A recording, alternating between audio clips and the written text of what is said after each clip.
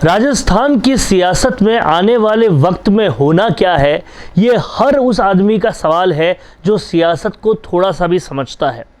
लेकिन राजस्थान की सियासत में एक बड़ा भूचाल आने की स्थिति ऐसे क्रिएट हो रही है क्योंकि राजस्थान की राजनीति के वो चाणक्य जिन्होंने भाजपा हो या कांग्रेस उनकी सरकारें बनाई थी और बहुत हद तक जो शीर्ष पर नेता हैं उनको भी बनाया था, वो अब बहुत ज़बरदस्त सक्रिय हुए हैं और कहीं ना कहीं राजस्थान के चाणक्य चंद्रराज जो सिंघवी हैं वो दिल्ली में एक के बाद एक कांग्रेस नेताओं से मीटिंग करके लौटे हैं, गुलाम नबी आज़ाद से लेकर तमाम बड़े नेताओं से मीटिंग कर कर। तो सबसे बड़ा सवाल सियासी गलियारों के हलकों में ये उभर कर आ रहा है कि तारीफ तो आप मोदी की करते हैं लेकिन मिल कांग्रेस के लोगों से रहे। सच है, इसमें कोई विचित्रता की बात नहीं है। मैंने आज तक जब भी मोदी की तारीफ की है तो मुद्दों पर की है।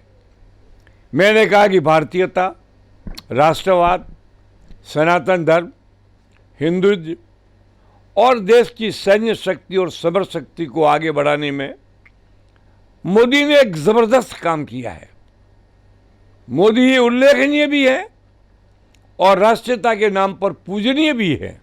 इस हद तक मैंने मोदी के लिए कहा है, मगर मैंने कभी ये नहीं कहा कि मोदी का ये वक्तव्य कि मैं कांग्रेस से मुक्त भारत कर दूंगा उचित है।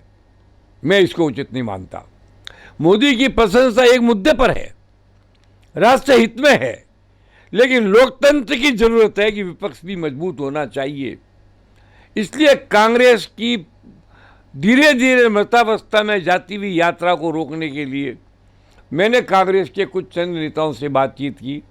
मैं गुलाम नबी आज़ाद से मिला, डॉक्टर नरेश चौधरी से मिला, टेलीफोन पर मैंने भूपेंद्र हुड्डा से भी बात की, उनके समधी भी मिलने आते हैं। ये सारी बातें सही है। इसका उद्देश्य ये थोड़ी कि मोदी के खिलाफ हूँ। मैं आज भी मोदी के पक्ष में हूँ, पहले भी मोदी के पक्ष में था। मैं कट्टर हिंदूवाद और राष्ट्रीयवाद का हमेशा समर्थक रहा हूँ, इसलिए उमा भारती का राष्ट्रीय उपाध्यक्ष भी मैं था। लेकिन मैं इस बात को नहीं मानता, अगर इस देश में विपक्ष समाप्त हो जाए, जब विपक्ष कमजोर हुआ तो आप भूल गए अटल बिहारी वाजपेयी ने इंदिरा गांधी को थपकी देकर इसी विपक्ष को मजबूत किया था। करना चाहिए। कांग्रेस छोटी मोटी संस्था नहीं है, 125 वर्ष का इतिहास है कांग्रेस का। कांग्रेस की ऐसी दुर्गति होना भाजपा के लिए, भाजपा कार्यकर्ताओं के लिए प्रसन्नता की बात हो सकती है, पर देश की आम जनता के लिए प्रसन्नता की बात नहीं हो सकती।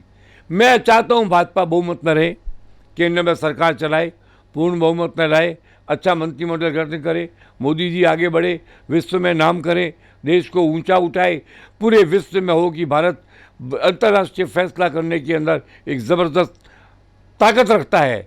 मगर मैं ये भी चाहता हूँ कि कांग्रेस मरे नहीं, कुछ प्रदेशों में कांग्रेस भी आए, रहे और एक लोकतंत्र के अंदर भारतीय जनता पार्टी को संसद के अंदर बराबरी का जवाब देने की औकात हो जाए। जवाब देना और बात है, परिवर्तन करना और बात है। परिवर्तन तो कोई कर ही नहीं सकता। 2029 तक मोदी ही मोदी ही मोदी रहेगा।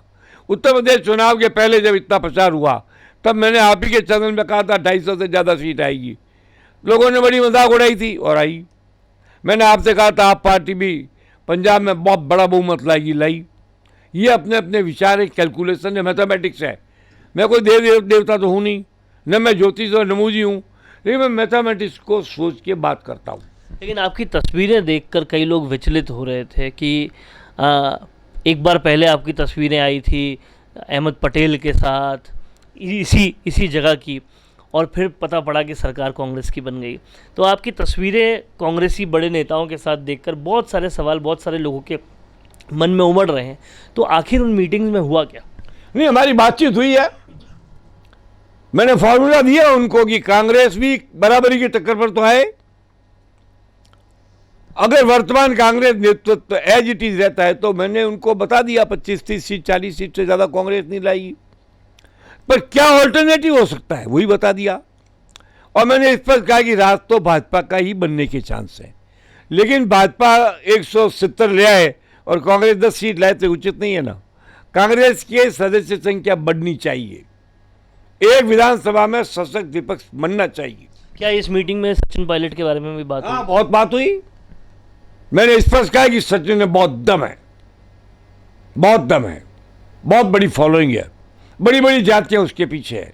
वो जाटों में अत्यंत लोकप्रिय होने के लिए 3 जाट मंत्री उसने अभी बनाए हैं।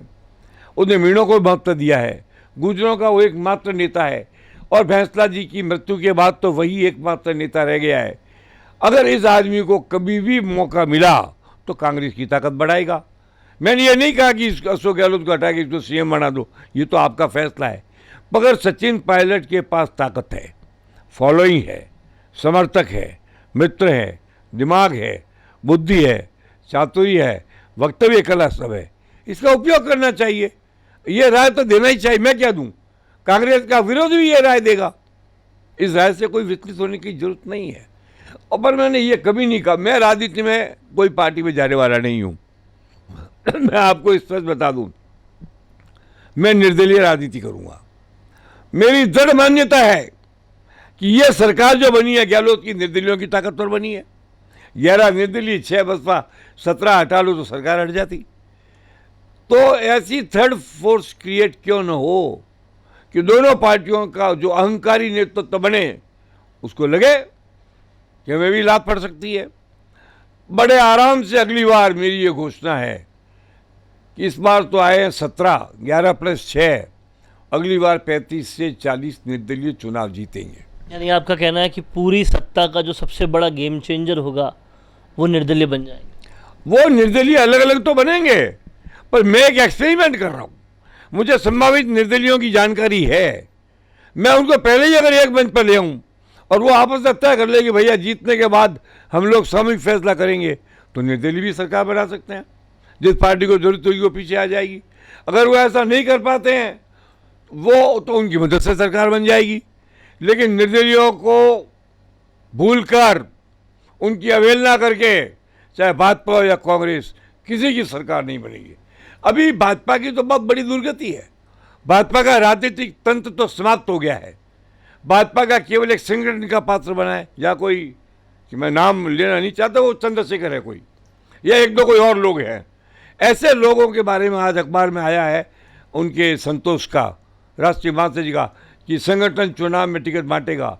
अरे अगर संगठन नहीं चुनाव में टिकट बांटे तो चुनाव के बाद भाजपा को चटनी बांटनी पड़ जाएगी, क्योंकि इन लोगों के पास संगठन की ताकत तो है, पर उम्मीदवारों को ढूंढना, उनको चुनना, उनको महत्व देना, उनकी कॉन्स्टिट्यूएंसी तय करना, कहाँ से लड़ाना, कैसे लड़ाना, ये जानकारी नहीं है। इसलिए बार बार वसुंधरा के समर्थक कहते हैं हमको आगे लाओ। सुना है वसुंधरा जी को भी इशारा हो गया है कि इस बार संगठन की टिकट बांटेगा और संगठन चुनाव लड़ेगा। यह कांग्रेस के लिए खुशखबरी है, यह भाजपा के लिए अच्छी खबर नहीं है। मैं सतीश पूनिया की योग्यता को चैलेंज नहीं करता हूँ, पर मुझे मालूम है कि 200 सीट है। 200 सीट का फैसला करने के लिए 200 गुना दिमाग चाहिए। मैं तो आगे भी किया है, करके दिखाया है। अब मेरी हार्दिक इच्छा कि निर्दलीयों को मैं पूर्व में ही संगठन कर दूँ, और अगर ये 40-35 निर्दलीय जीतने वाले हैं, वे अगर एक हो जाते हैं तो हमारी राय की महत्व होगा। अब बीजेपी में रह करके दिया कुमारी एक उम्मीदवार रह गई थी, बाकी सबका तो हिसाब बराबर हो गया। अशोक गहलोत और गजेंद्र सिंह शेखावत की लड़ाई में दोनों के पुर्जे खुल गए, तो दोनों को नुकसान हुआ है। अशोक गहलोत का अगर गजेंद्र सिंह शेखावत मुकाबला करते हैं तो गलत है। अशोक अनुभवी है, पुराना है, 2 बार सीएम रहा हुआ है, और गजेंद्र सिंह को दबा देना भी नहीं आता है। पर गजेंद्र सिंह के शरीफ आदमी है, उन पर भी धब्बे लग चुके हैं, बहुत बड़े बड़े गहरे गहरे धब्बे लगे हुए। इन धब्बों के कारण उनकी भी स्थिति खराब है। अब ओम बिरला जी कितना भी घूम लो, वो कोटा डिस्ट्रिक्ट के बाद जा नहीं पाएंगे, उनकी स्थिति खराब है। वसुंधरा को स्वीकार नहीं करी है भाजपा, तो उनके भी नेतृत्व के हिसाब से स्थिति खराब है। ये सब सोचने के बाद मैंने दिया कुमारी का नाम उठाया था। आज भी मैं अपनी बात पर कायम हूँ। अगर भाजपा के नेतृत्व में कुछ भी बुद्धि होगी तो वो ऐसे उम्मीदवार को चुनेगी जिस पर दाग नहीं हो। मोस्ट प्रॉब्ली वो क्षत्रिय होना चाहिए, क्योंकि राजपूत 99% भाजपा को वोट देता है। कोई और जातियों को आने में तकलीफ होती है। बढ़िया भी भाजपा के साथ है, जो कांग्रेस के साथ में अब कांग्रेस में ऐसे ऐसे गेम हो जाते हैं जिसकी कल्पना नहीं करते।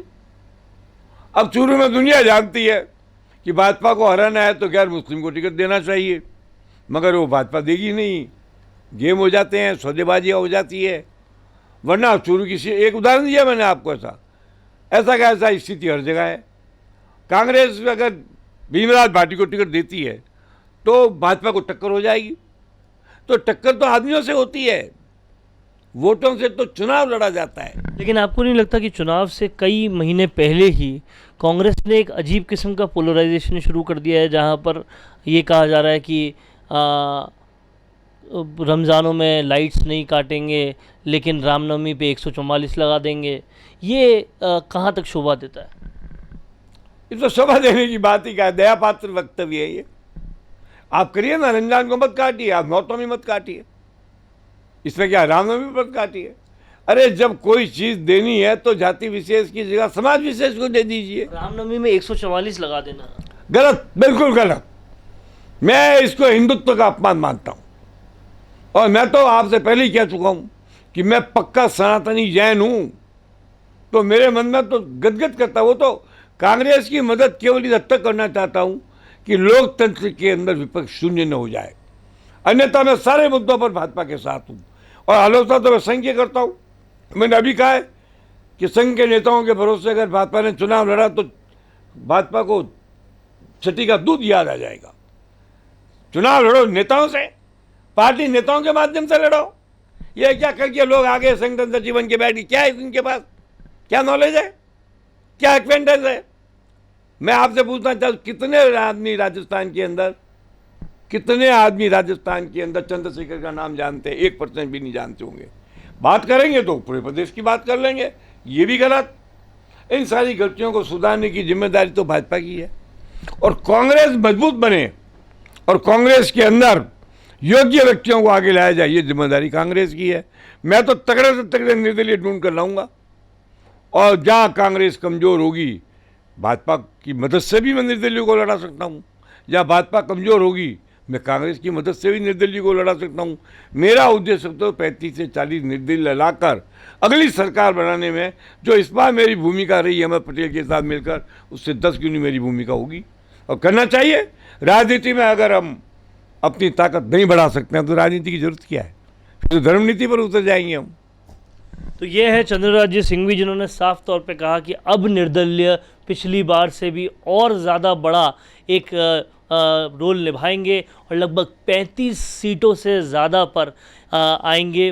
वो भी एक मंच पर उनको लाने की कोशिश की जाएगी ताकि निर्दलीय भी सरकार बना सके। कैमरामैन आशीष के साथ वरुण भंसाली, राजस्थान संवाद के लिए।